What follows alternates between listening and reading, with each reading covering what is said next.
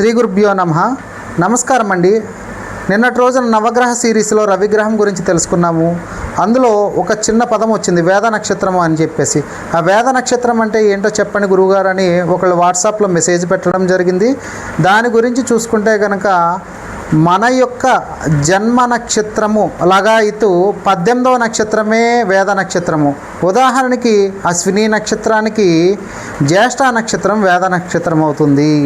ఈ వేద నక్షత్రముల యొక్క ఇబ్బందులు ఎట్లా ఉంటాయి? వేద అనగానే బాధ కలిగించేటువంటిది అనమాట.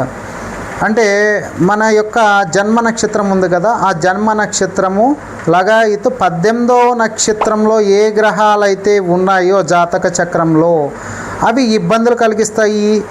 ఆ గ్రహాలకు సంబంధించి స్టోన్స్ ధరించిన, ఆ రంగు వస్త్రములు ధరించిన, ఆ గ్రహాలకు సంబంధించి ఆహార పదార్థాలు స్వీకరించినా కూడా ఇబ్బందులు అనేటువంటివి కలుగుతూ ఉంటాయి.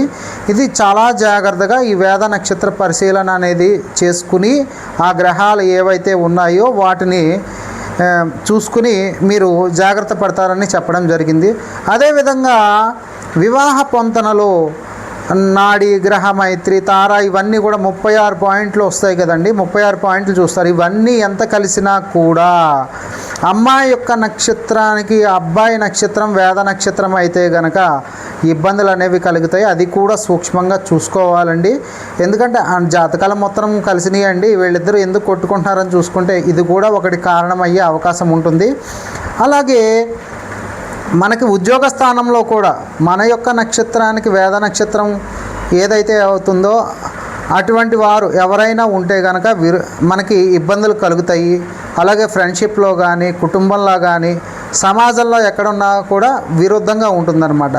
అందుకని ఈ వేద నక్షత్రాన్ని మనం చాలా గ్రహించవలసి ఉంటుంది. కనుక మీకు ఈ వేద నక్షత్రం యొక్క లిస్టు డిస్క్రిప్షన్లో పెట్టడం జరుగుతుంది, ఇక్కడ స్క్రీన్ మీద కూడా పెట్టడం జరుగుతుందండి.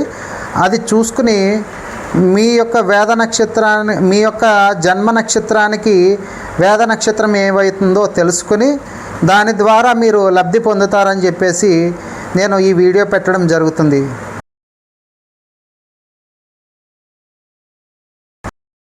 మరిన్ని ఇటువంటి ఇంట్రెస్టింగ్ వీడియోస్ కోసం సబ్స్క్రైబ్ చేయండి, లైక్ చేయండి, షేర్ చేయండి, కామెంట్ చేయండి. సర్వే జనా సుఖినో భవంతు.